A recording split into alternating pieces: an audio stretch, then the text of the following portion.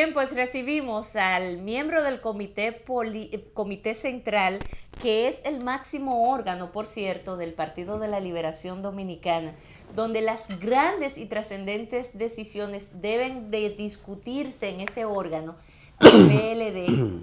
Él es miembro de ese Comité Central. Melanio Paredes, ex ministro de Educación y otras funciones más que ha desempeñado en los gobiernos del PLD, hoy encabeza un movimiento o una corriente dentro del Partido de la Liberación Dominicana, que es la corriente institucionalista. Una rueda de prensa que llamó muchísimo la atención, y de eso queremos hablar con el licenciado Melanio Paredes, a quien damos los buenos días y la más acogida de la bienvenida. Gracias, Lindsay, y de nuevo con los amigos de Por la Mañana. Tenía un tiempo que no venía, pero siempre a tu disposición y poder compartir algunas reflexiones con los amigos que nos siguen. Bueno, siempre es agradable tenerlo por acá. Y quiero empezar por ahí, por ese comunicado, ese llamado de atención que hace usted y hacen un grupo de PLDistas. Vi ahí figuras importantes de esa organización política, de esas cabezas pensantes del PLD que le están acompañando en este momento.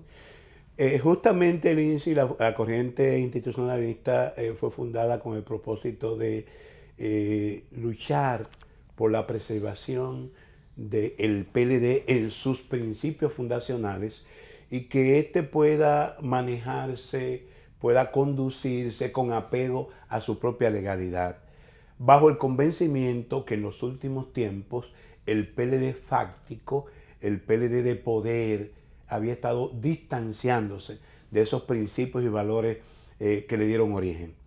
En esa tesitura y de la actual situación política nacional, que quiero caracterizarla antes de que entremos justamente en la motivación y el contenido de la rueda de prensa muy exitosa que tuvimos el martes pasado, debo decir que si hay una situación que caracteriza la situación política nacional hoy día, es la incertidumbre y un estado de cierta crispación, porque los partidos políticos en este país se evidenciaron incapaces de gerenciar sus propios procesos, incapaces de garantizar y asegurar la democracia interna en sus procesos de competición, tanto para la designación o elección de sus directivas, como también para la designación o elección de los puestos de elección popular.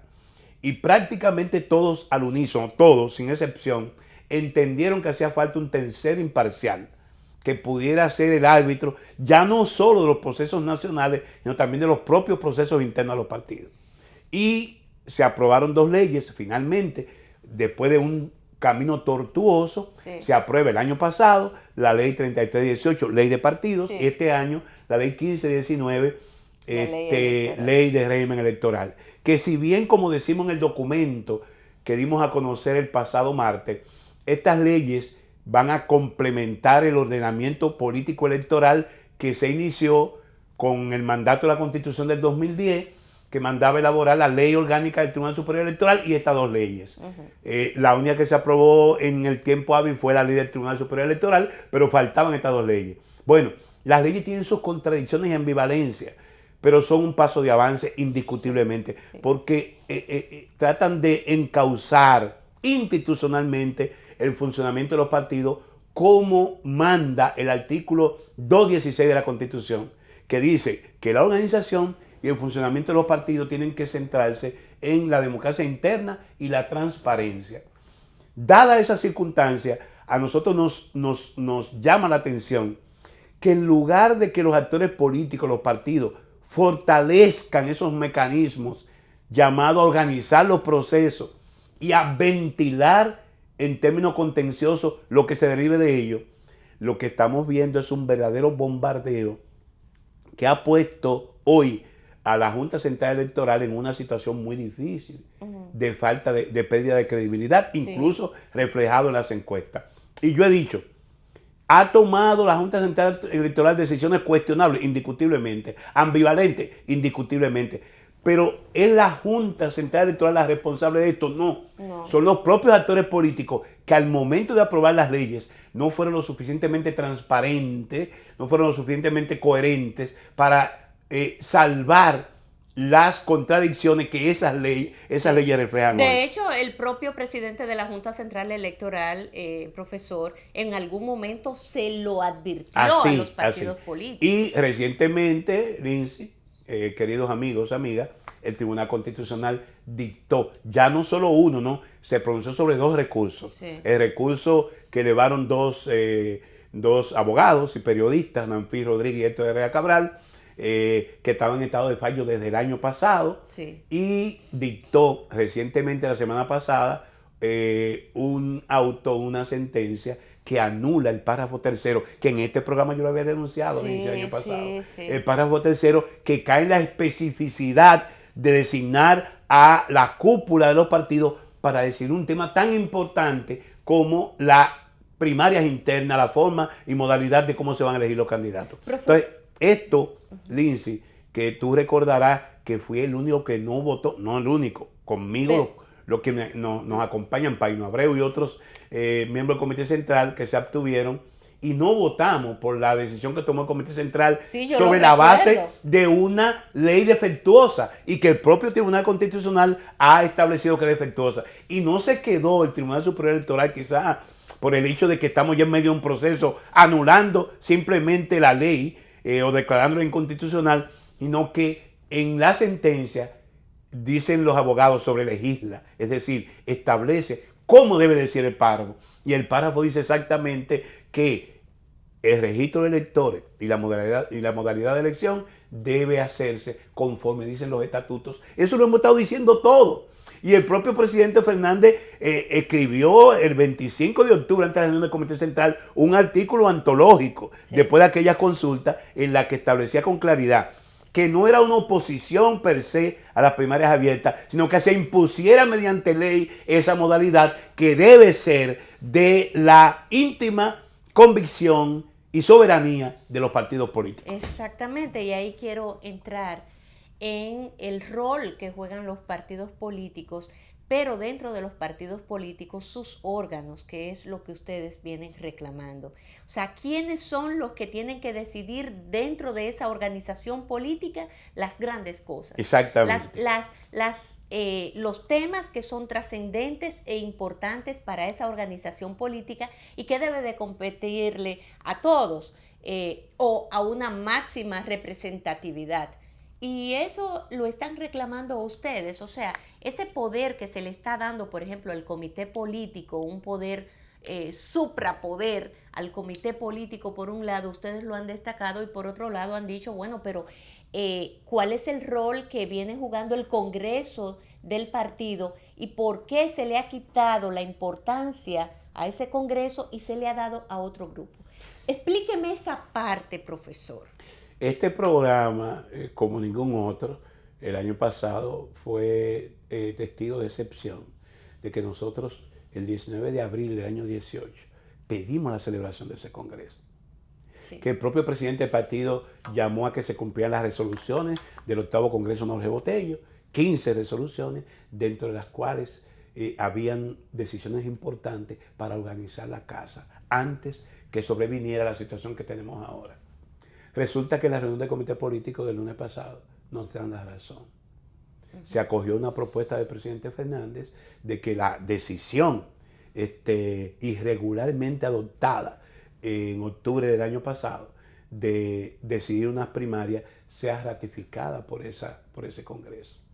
Yo tengo una ligera diferencia respecto a lo que aprobó el comité político. No sé si así fue que lo consiguió el presidente Fernández, pero resulta que el Congreso del partido no es la suma de los 2.300 presidentes intermedios, los 600 miembros del comité central y los 30 y tantos miembros de los comités provinciales. No, el Congreso del partido es la reunión de sus organismos. De manera que esos delegados que pueden ser cooptados fácilmente, no pueden venir con decisiones individuales. Esa decisión, si se somete, tiene que ser discutida en los organismos. Y esos delegados a esa asamblea tienen que venir con posiciones orgánicas, posiciones de sus organismos, no posiciones individuales. Exactamente. Aquí conocemos cómo está, es toda una en cascada, donde un jefe de grupo tiene entonces jefes provinciales, que son senadores, alcaldes, y tienen diputados, y van cooptando, van alineando a sus adláteres para que no opinen, sino para que cumplan órdenes. No, el PLD no es un batallón para cumplir órdenes. El PLD se formó sobre la base de la discusión de las ideas.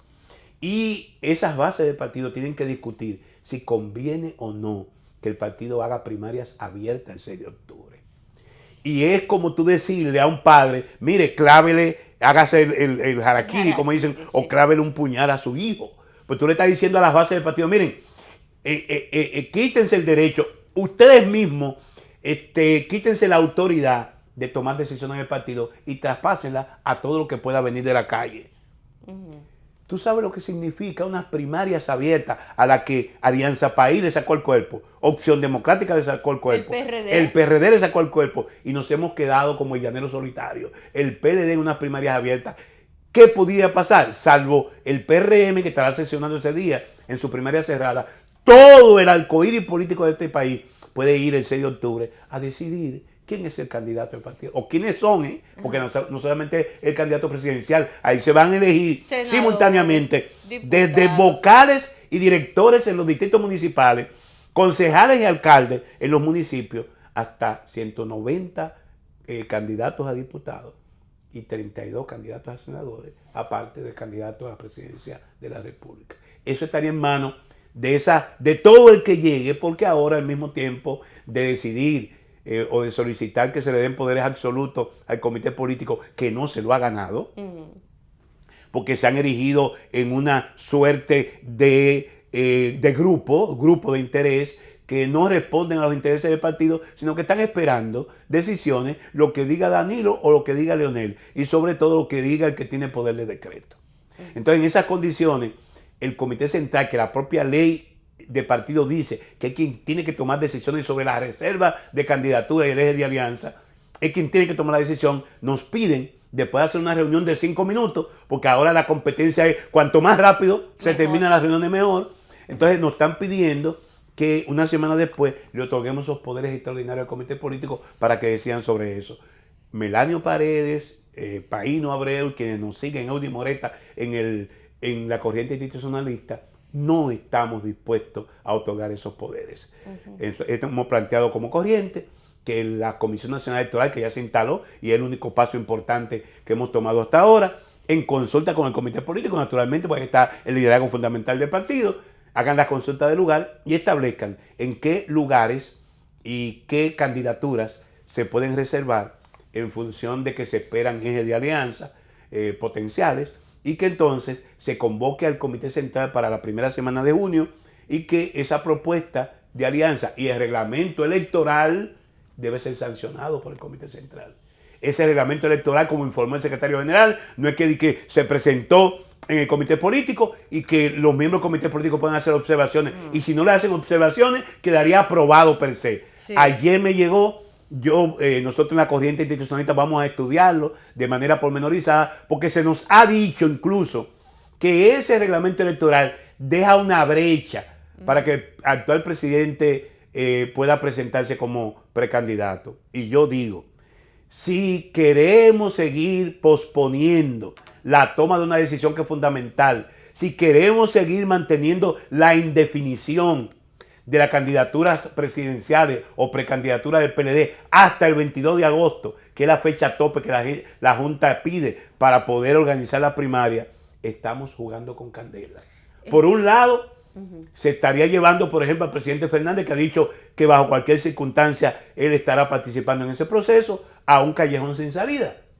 Y se está dejando la posibilidad de que en algún momento se pueda aprobar una reforma constitucional o algún artificio que pudiera facilitar la repostulación del presidente Medina.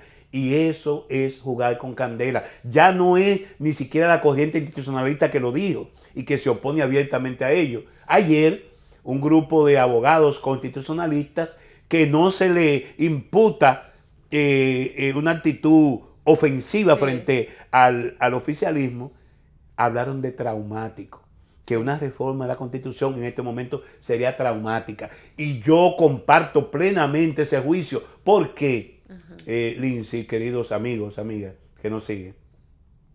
Porque ya no estamos viendo al Tribunal Superior Electoral, la Junta Electoral primero cuestionada, Sí. el Tribunal Superior Electoral atiborrado de instancias y recursos que reflejan la grave crisis de los partidos. Sí. Y estaríamos sumándole a esa situación ya de hecho conflictiva el Tribunal Superior Electoral con varios recursos a la espera de fallo.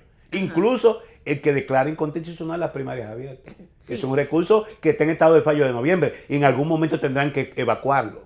Entonces, ante una situación como esa y la posibilidad de que miles de actores individuales que son personas que aspiran en los diferentes partidos también acudan a esos tribunales, Sí. estamos apostando a una tormenta política perfecta hacia el 2020. Y es a eso a que nosotros nos oponemos en la corriente institucionalista y todos los sectores sensatos del país. Profesor, ¿y hasta dónde están dispuestos ustedes a llegar? ¿Estarían dispuestos a llegar al Tribunal Superior Electoral, a propósito de que lo menciona, de no llevarse a cabo dentro de esa organización política, dentro del PLD, llevarse los procesos internos tal cual exige ese reglamento interno de ustedes, los estatutos del partido, cuando se habla de un congreso extraordinario que debe ser celebrado, pero está el PLD, está el comité político más bien en disposición de hacer esto, de no hacerse? ¿Cuáles serían entonces los pasos que ustedes como corriente institucionalista estarían dispuestos a dar? ¿Llegarían al TCE? Los integrantes de la corriente institucionalista matamos el miedo. En aras y búsqueda de la unidad del partido y la preservación del PLD como legado de Juan Bosch, matamos el miedo. Y ya acudimos al Tribunal Superior Electoral en una gestión que no se calificó el fondo, sino que fue calificada como extemporánea. Y que nosotros inclusive nos reservamos el derecho de recurrirla, dadas las circunstancias políticas que atraviesa el partido y el país. Estamos esperando el curso de los acontecimientos de este proceso, porque de ninguna manera queremos apostar a crear una situación al partido que no pueda ni siquiera presentar candidaturas. Pero estamos dando seguimiento al curso del proceso. Estaremos siempre apegados y demandando el cumplimiento de la ley y de la Constitución de la República, en todos los órdenes. Por ejemplo, en el caso del voto de arrastre, nosotros lamentamos y deploramos que no todo el partido, porque hay dirigentes del partido con una visión clara, preclara del asunto, esté una parte del partido apoyando el voto de arrastre. Es un anacronismo. Y nosotros nos oponemos porque la defensa de nuestra Constitución es integral. Y la Constitución de la República plantea en su artículo 208 que el voto es directo, personal, individual. Y el artículo 77 plantea que el voto es directo y está solamente supeditado a lo que establezca la ley. Sí. Pero el artículo 6 de la Constitución dice que no se puede formular o promulgar una ley que violente la Constitución, que sea contraria a la Constitución. Entonces no me pueden alegar algunos senadores y algunos dirigentes de ese comité político, como el propio secretario general, que hay una ley, no recuerdo qué número ahora, que establece cómo se contabilizan los votos y se asignan los votos en las circunscripciones electorales. Eso es contrario a la Constitución de la República. Sí. Y como dice el artículo 6, no. La Constitución la defendemos integralmente. El voto de arrastre es un anacronismo. Y si eso va al Tribunal Constitucional, no va a ser solamente en 26 provincias, va a ser en 32 provincias que deberá eliminarse el voto de arrastre. En esa dirección estaremos vigilantes. Sí, porque ahí el TC es quien debe de fallar y decir cómo es que debe de funcionar el voto. Ni siquiera, Lindsay, como se ha dicho, puede hacerlo el Congreso o el Tribunal Constitucional, no, sí. Ni el Tribunal Superior Electoral, ni la propia Junta. Ahora, es difícil que esa ley, la 1519, vuelva al Congreso y haya posibilidad de que se pase. Sí. Porque se abriría una nueva caja de Pandora. Es una ley orgánica y requiere el voto De las 3/4 partes. Exactamente. Sí. Se requerirían votos de la oposición y votos del sector de Leonel, que ha estado distanciado o tomando distancia de aquellos que dentro del propio Congreso están apostando a una reforma constitucional. Uh-huh. Por otro lado, profesor, que bueno, yo me imagino que ustedes que están ganando cada vez más fuerza dentro de esa organización política, dentro del PLD, ya lo vemos bastante activo y felicitamos que hayan dado ese paso, que estén al pendiente de las decisiones que se toman en la más alta instancia, ahí en ese comité político que es el órgano que tiene más vida dentro del PLD porque se reúne periódicamente. De hecho, ya tienen establecida su próxima reunión para el próximo mes. Independientemente de esto, todavía se sigue hablando de la reelección y se están viniendo haciendo algunos actos en todo el país y son actos reeleccionistas. ¿Cuál es la posición de ustedes en ese sentido? Estamos apenas a semanas de que la máxima dirección colegiada del partido, su comité central, haga reserva del 20% de las candidaturas. Sí. Estamos apenas a un mes y tantos días de que inicie formalmente la campaña interna, que es el 7 de julio. Por consiguiente, antes del 7 de julio, el comité central deberá reunirse y aprobar, como dice el estatuto, las precandidaturas presidenciales. ¿Qué es lo que queremos? El partido tiene que abocarse a seguir lo que establece la Constitución, las leyes y nuestros propios estatutos. Y no hay tiempo para esas para inventos. No hay tiempo para inventos.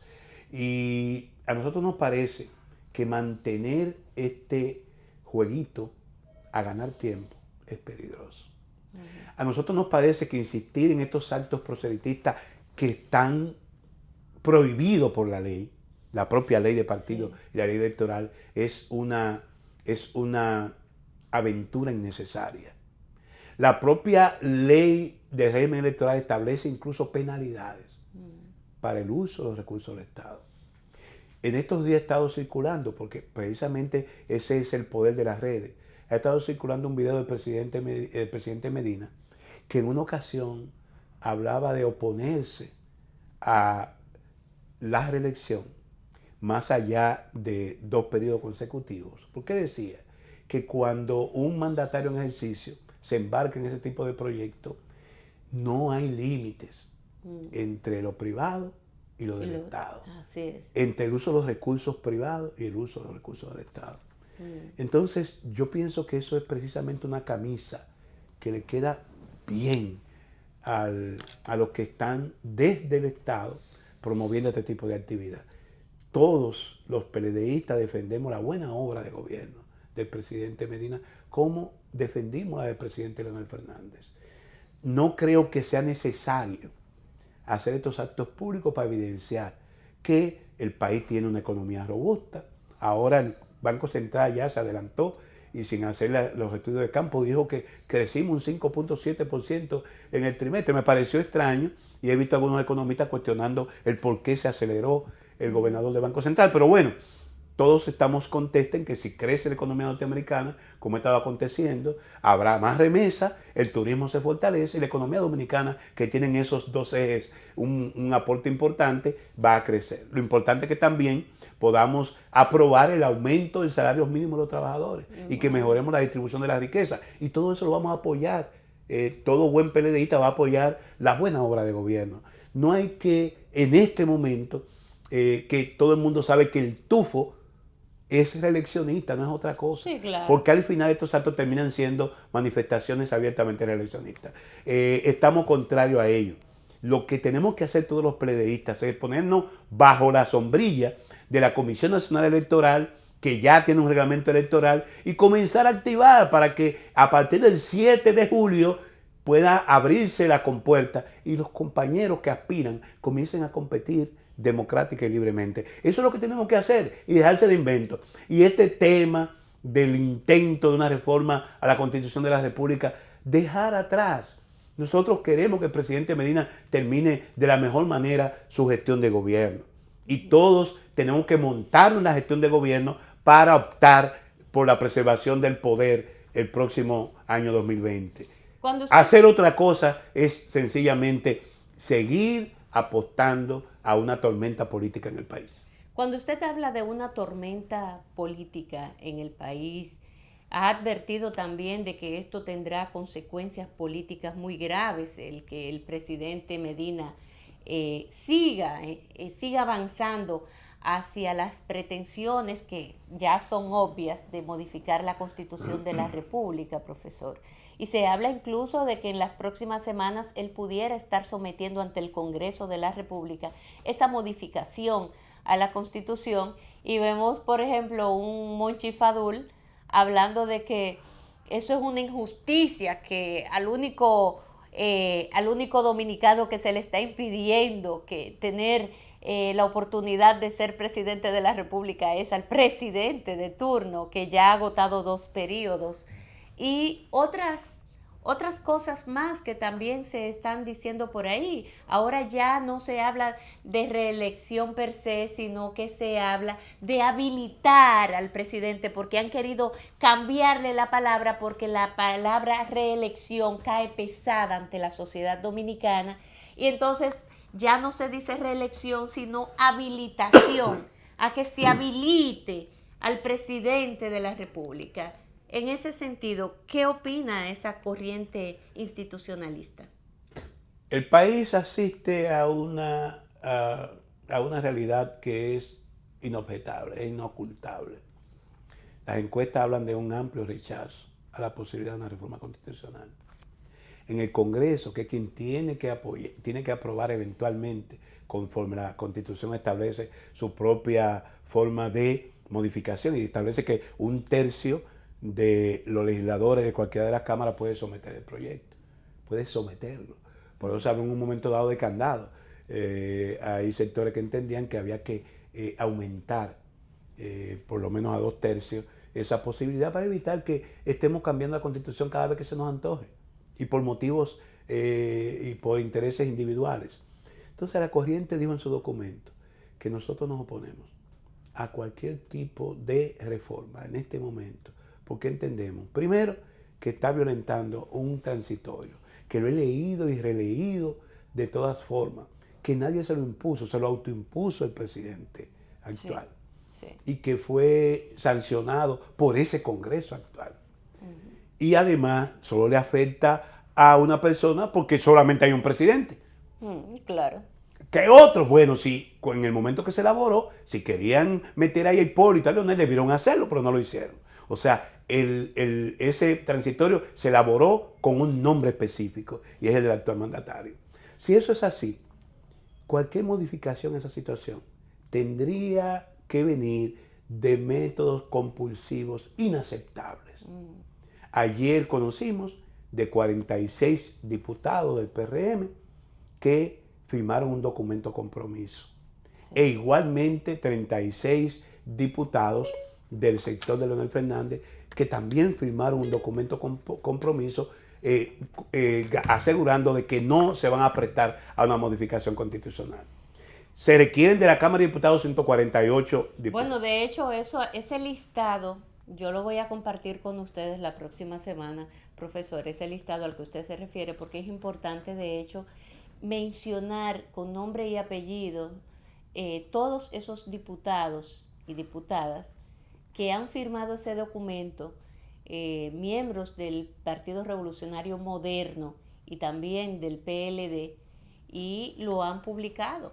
O sea, está en las redes sociales, está circulando por todas partes, pero es bueno destacar los nombres uno por uno para que la gente vea que hay esperanza en este pueblo dominicano todavía. Mandan esperanza, profesor. Entonces, 36, 46 suma 82. Exacto. Es un valladar. Sí. ¿Cómo se va a romper o a saltar ese valladar? No hay manera que no sea por métodos compulsivos inaceptables. Y ahí es que yo no quiero que mi partido, ni el propio presidente Medina, no puede terminar en unas condiciones de cuestionamiento generalizado por que una segunda repostulación se monte en medios no éticos, en medios inmorales, a través de prebendas u otros beneficios. No puede ser así. Esa no es la democracia a la que apostamos y ese no es la estirpe de quienes integramos el Partido de la Liberación Finalmente, Dominicana. profesor, porque el tiempo se nos agota, ustedes en estos momentos, ¿qué están esperando luego de la decisión del comité político? ¿Cuál es el próximo paso a dar para que se cumplan con los lineamientos establecidos en los estatutos de su organización política rumbo, como usted bien lo señala, hay una serie de plazos fatales que hay que cumplir y hay que someterse a una serie de decisiones internas que todavía están ahí en una España boba?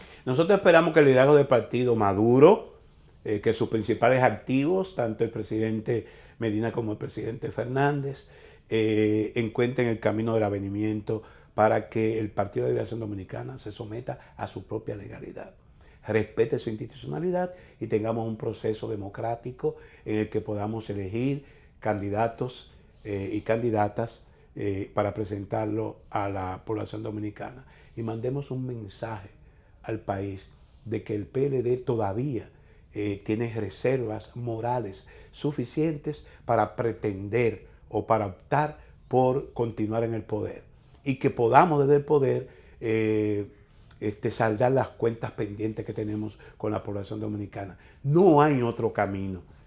Cualquier otra inclinación pudiera ser la aventura. Yo no veo la posibilidad de que, como algunos entiendan que Danilo y Leonel deben ir a una primaria interna, porque Danilo está inhabilitado. Tampoco veo la posibilidad de una imposición, porque si hay una imposición, evidentemente aquí se formaría como reacción un frente opositor contra ese proyecto. Y yo no quisiera ver a mi partido envuelto en un proceso de judicialización para saber quién se queda con el PLD. Yo no veo ese escenario y por consiguiente apuesto a que podamos entendernos y respetar nuestras propias disposiciones estatutarias e institucionales. Bueno, pues profesor, como siempre, agradezco su visita. Para nosotros siempre es agradable tenerlo aquí. Espero que no se nos pierda, que venga más a menudo. Y le felicitamos por esa corriente institucionalista que está haciendo una labor. Estoy segura que se dejan ustedes representar en la mayoría de los PLDistas. Así que qué bueno que un grupo importante esté promoviendo que se respeten los estatutos que ustedes mismos como organización política elaboraron en algún momento. A eso es que hay que ceñirse. A ustedes, amigos, decirles que luego de esta breve pausa viene Ailín Curi con Vida en Balance. Así que quédense tranquilitos allí para que disfruten de estos temas que Ailín siempre trae novedosos y que ayudan muchísimo a la familia en todo el sentido de la palabra. Mientras tanto, yo me despido. Mañana será otro día. Dios mediante estaremos con ustedes a partir de las 8 de la mañana. Como siempre los viernes, Alexander Pérez y Manuel Brito. Yo me veo con ustedes el próximo lunes. Dios mediante.